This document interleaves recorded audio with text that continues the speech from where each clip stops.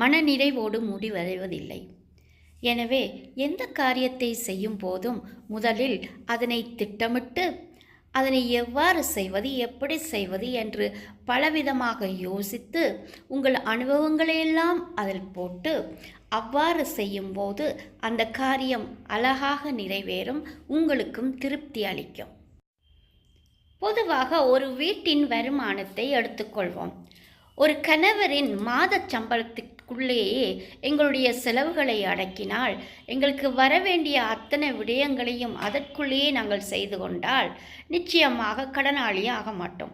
ஆனால் சில சமயங்களில் கடன் வாங்க வேண்டிய இக்கட்டான நிலை இக்காலகட்டத்தில் ஏற்படுகிறது.